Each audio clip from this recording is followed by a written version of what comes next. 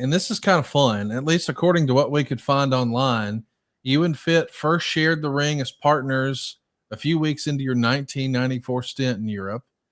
You were opposite Franz Schumann and Tony St. Clair in a street fight.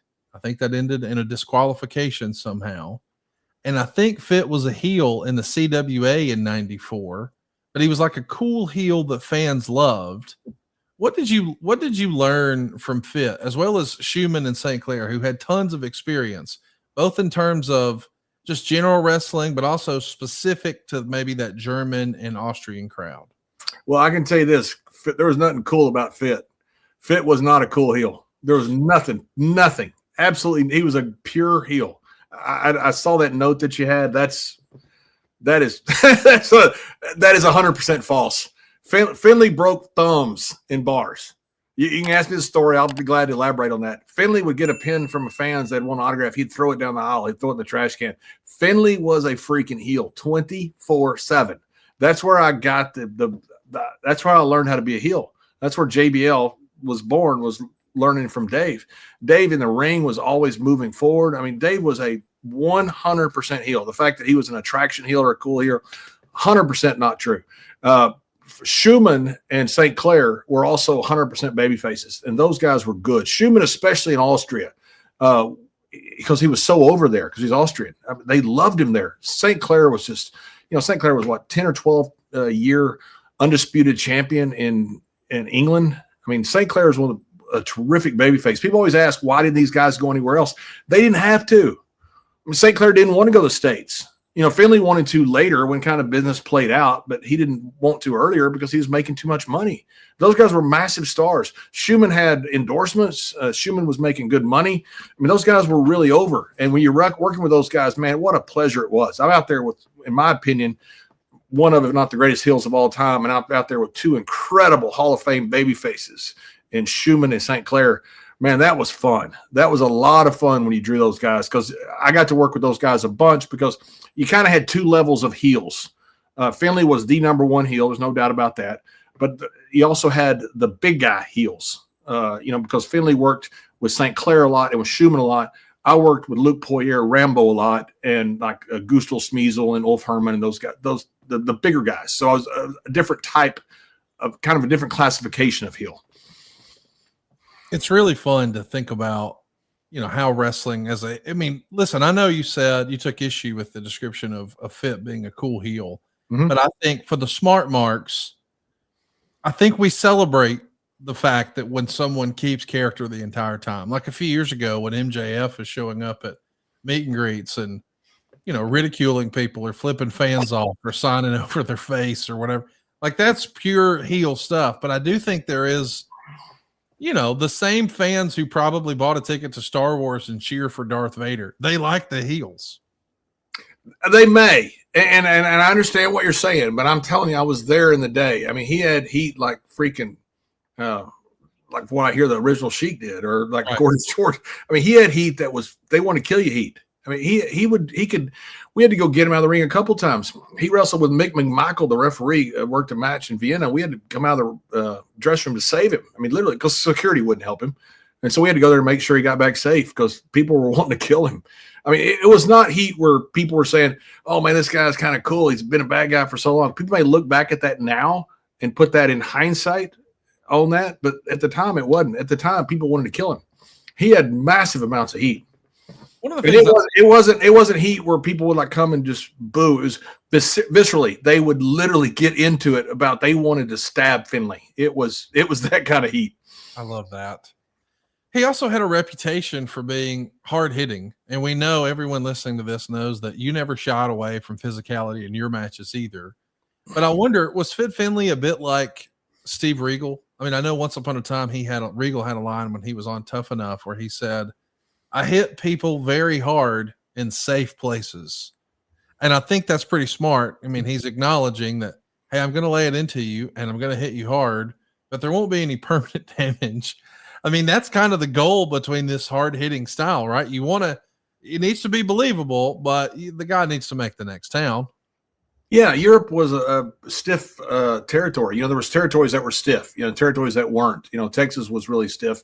NOW in Japan with Kendo Nagasaki was beyond stiff. But Europe was like that. Europe was kind of a combination between like the hardcore stiffness of, say, Texas and the good mat wrestling of Japan. The Europeans were really good wrestlers, but it was all very snug. There was not a lot of theatrics.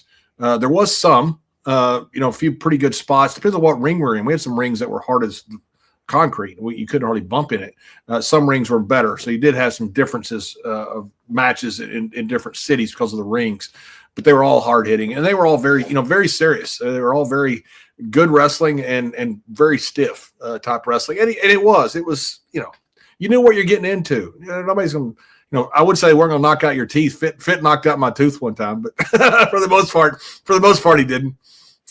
I do want to ask you about, because I think sometimes fans use the phrase interchangeably, and I want to understand from a wrestler himself, what's the difference between, stiff and snug?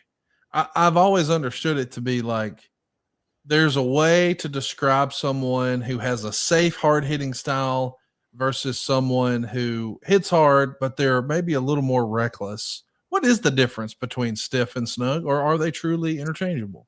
I think it's a matter of how you use the words, how we use the words, and words change over time. The word kayfabe has changed over time, and not to say that it's wrong the way they use it today, but they use it completely differently from how we used it.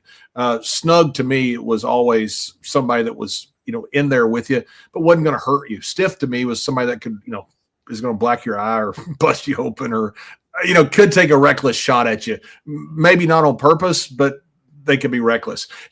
There's a big difference. The guys used to throw kicks, and you wouldn't have to put up your hands. You wouldn't have to be done because guys are so good at what they did.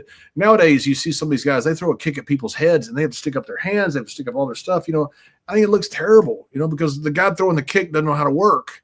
And because of that, you've got the guy having to block it and do all this stuff. It has a real chance of not looking good. And I think that's some of the difference between snug and stiff. I do want to ask you, have you heard the rumor? And again, I wasn't there, and I don't think you were, but allegedly back when Fit Finlay was in WCW around the same time Ric Flair was, I think they were scheduled to have a television match. Of course, we know Flair is no stranger to really laying in those chops. We've seen the blood vessels popped on a lot of his opponents' chests, whether it's Ricky Steamboat or Sting or anyone in between. But as the story goes, Flair had a look at Finlay's work and said, "Nah, think I'll take another opponent today instead." Do you buy that? Nope, not at all. I don't either. Not at all. I don't buy it in nothing. I've never heard that, and I don't believe that whatsoever. Flair worked with some of the stiffest guys. He worked with Brody. He worked with Hansen. He worked with all those the old tough Japanese guys over in Japan when they had a reason to beat him up and make themselves look good against the NWA champion. Flair never bitched about nothing. I mean, absolutely nothing. And he worked with the stiffest guys in the business, and he put in 45 minutes to an hour with those guys. So I don't believe that Flair backed out of anything because somebody was stiff or snug. Yeah, it is interesting though, because I don't even think Flair would be offended with the statement, because in a weird way, it's just putting over how tough Fit is. And we know that Flair is notorious for those stiff chops, but just the idea that the legend grows. I mean, it becomes telephone, telegram, tele-wrestler. Oh man, he's so stiff, even Flair bowed out. What a great compliment, right? Absolutely. Yeah. Fit would be very happy with that. So would Stan. Stan always thought, Stan Blackberry Windows Eye, he goes, "Be sure to tell everybody back home I did that." The people love the legend that growing about being stiff. I will say this, that I know is true. WCW came over to Europe, and I was not there, obviously. They came over to Europe, and when they saw Fit, they paid him and told him to go home. That is, guys that were there told me that. They literally paid him to go home. They said, "We do not want you on our card." That's little that way maybe where that legend came from. But it wasn't because he was stiff. Had nothing to do with stiff. It's because he was so freaking good. They said, you can't come out here and have a match like that among our guys that are over here just trying to do a European tour. You'll kill us. And so they paid him and sent him home. We're helping people save money at SaveWithConrad.com. And with all the economic turmoil going on the last few weeks and all the uncertainty it brings, here's one thing that is certain: your home is still worth more than what you paid for it. According to the Zillow Home Value Index, the value of your home is still going up year over year, which means you're most likely sitting on untapped equity. Did you purchase your home or refinance it a few years back and got one of those really low COVID interest rates and Now maybe you're worried about giving it up. Well, here's something to think about.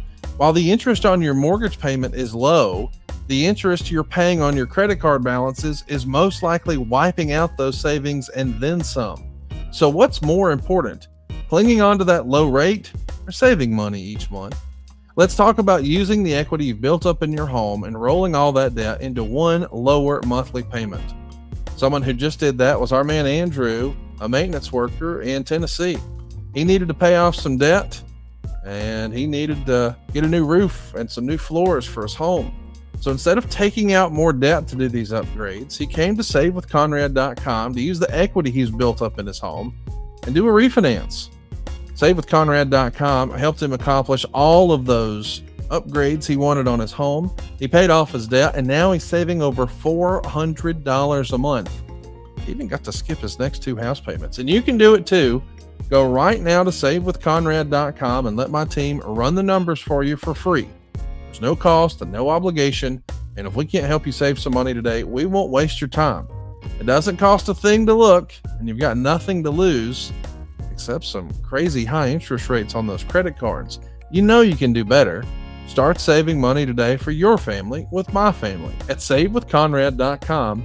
NMLS number 2129, Equal Housing Lender.